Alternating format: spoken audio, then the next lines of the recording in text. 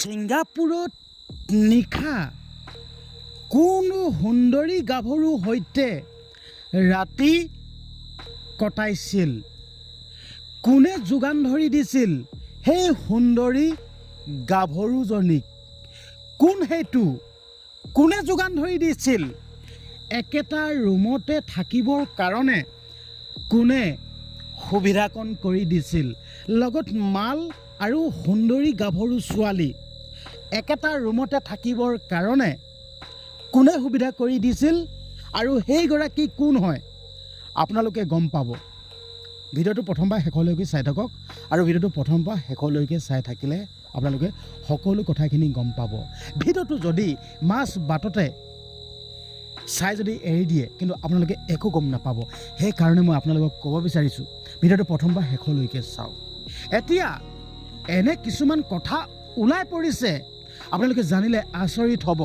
কোন গাভৰুৰ সৈতে কাৰ লগত কেনিশা কটাইছিল, কিমান দেৰিলৈকে সেই কামটো কৰিছিল, এইবিলাক কথা এতিয়া জল পটকৈ ওলাই পৰিছে। একাংশই ক'বলৈ ধৰিছে। মই স্পষ্টকৈ কৈ দিছোঁ আৰু আপোনালোকেও এই ভিডিঅ'টো চাবলৈ আৰম্ভ কৰিছে থাম্বনেল আৰু টাইটেল দেখি। আপোনালোকে থাম্বনেল আৰু টাইটেল দেখিলে আৰু ভিডিঅ'টো টিপি দিছে আৰু টিপি দি আপোনালোকে ভিডিঅ'টো চাবলৈ আৰম্ভ কৰিছে। মই এইখিনিতে এটা কথা ক'ব বিচাৰিছোঁ, যোনসমূহ কথা ওলাই আছে এটা কথাও শুদ্ধ নহয়। মই স্পষ্টকৈ কৈ দিছোঁ, মই কিন্তু কাকো খাতিৰ নকৰোঁ, মই কাকো ভয় নকৰোঁ। মই এটা খেতি কৰা ল'ৰা, মই খেতি কৰোঁ, মই কাকো খাতিৰ নকৰোঁ। যি কওঁ ডাইৰেক্ট অ'পেন কওঁ, মই কাকো ভয় নকৰোঁ।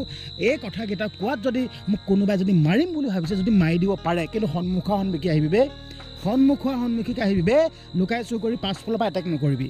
মই যি ক'ম ডাইৰেক্ট অ'পেন কওঁ। তহঁতি কোন বে ইমান বেয়াকৈ উলিয়াবি, ঠিক আছে। মানুহজন নোহোৱা হৈ গ'ল, মানুহজন নোহোৱা হৈ যোৱাৰ পাছতো চৰিত্ৰ যদি বেয়া, চৰিত্ৰ হননৰ হিচাপৰ মানে লেতেৰা কথা ক'বলৈ এৰা নাই।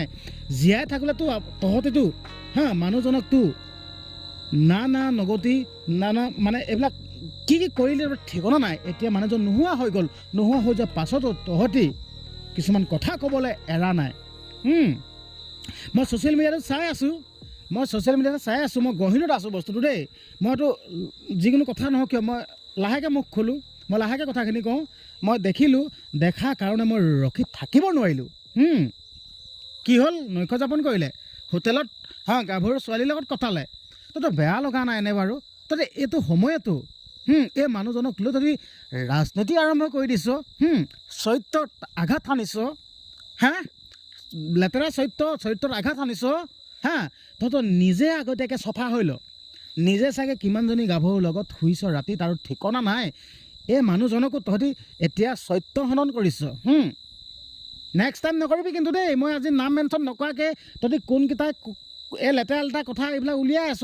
নেক্সট টাইম তাৰ ফটোসহ নামসহ ক'ম মই দেই। পাছত বেয়া লাভ নাই। মোৰ নাম বিকাশ বক্সা সোণোৱাল হয় দেই, ঠিক আছে। মোৰ নাম বিকাশ বক্সা সোণোৱাল। মই যি কওঁ ডাইৰেক্ট অ'পেন কওঁ। চাই লওক, সেইখন পাহাৰ তিলকৈ পাহাৰখন ওলাই আছে আৰু পাহাৰৰ কিনাৰৰ ল'ৰাই ঘেণ্টা কাকো ভয় নকৰে আকৌ দেই, এইটোৱে কথা কৈছোঁ। আৰু দাদাৰ কাৰণেতো মই মৃত্যুবৰণ কৰিবৰ কাৰণে সাজু আছোঁ। মই এইটোৱে ক'লোঁ, ইমানখিনিয়ে ক'লোঁ। দাদাক যদি তিলমানো তহঁতি কিবা বদনামী কৰিব বিচাৰিছ এই পৰ্যন্তত, এতিয়া মানুহজন নোহোৱা হৈ যোৱাৰ পাছতো কিন্তু মই ক্ষান্ত হৈ নাথাকোঁ কিন্তু দেই। মই কৈ দিছোঁ, এই সময়ত তহঁতি ৰাজনীতি নকৰিবি, দাদাক লৈ ৰাজনীতি কিন্তু নকৰিবি, মই এইটোৱে ক'লোঁ। আৰু অসমবাসী ৰাইজ আপোনালোকে আপোনালোকৰ মন্তব্যবিলাক দিয়কচোন। মানুহজন নোহোৱা হৈ গ'ল, নোহোৱা হৈ যোৱাৰ পাছতো মানুহজনক ৰেহাই দিয়া নাই। এতিয়া লেতেৰা মন্তব্য চৰিত্ৰ হনন কৰিছে। ৱাৰ্ণিং দি দিলোঁ, নেক্সট টাইম এনেকুৱা কাম নকৰিবি।